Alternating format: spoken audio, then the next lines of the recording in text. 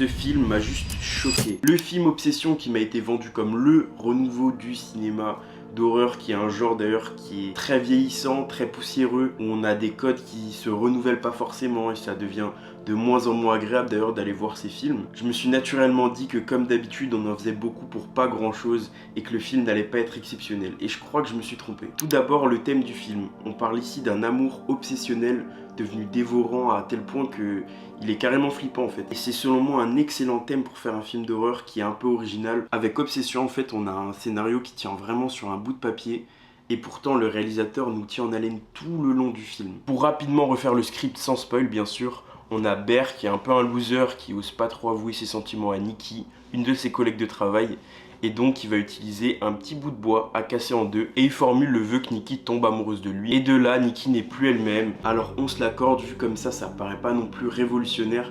Mais là où j'ai trouvé le film vraiment bon, vraiment original aussi, c'est à la fois sur le jeu de l'actrice et sur le jeu de lumière qu'on a tout au long du film. Au niveau des lumières, ce qui a été parfaitement bien géré, c'est les silhouettes inquiétantes où on arrive à peine à discerner son visage. Et au niveau de la lumière, je pense que ça a été couplé avec des VFX à l'étalonnage, mais au niveau de la peau de l'actrice, on a un effet presque plastique en fait.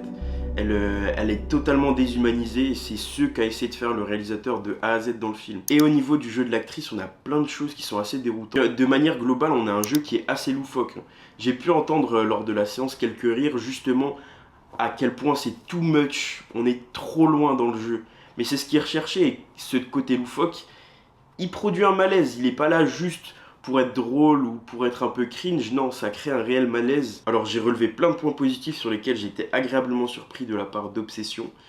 Pour autant, est-ce un grand film? Est-ce que ça va devenir un classique du cinéma d'horreur?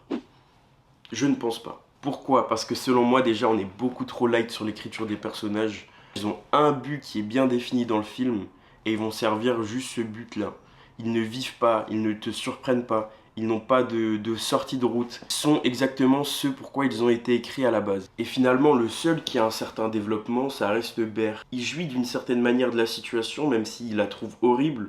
On voit quand même qu'il est pris dans des remords, mais d'un autre côté qu'il aime bien cette obsession de la part de Nikki. On a quand même un petit développement là-dessus. Mais là où ça aurait pu être beaucoup plus développé, on a préféré ramener vraiment une couche horrifique, encore plus que ce qu'il y avait de base. Et je trouve ça dommage, parce qu'en soi, ça aurait pu être un film qui dit beaucoup de choses sur les relations hommes-femmes, sur ce que c'est qu'une relation obsessionnelle, ce que c'est qu'un contrôle coercitif. Mais non, à la place, on a préféré mettre une grosse couche d'horreur.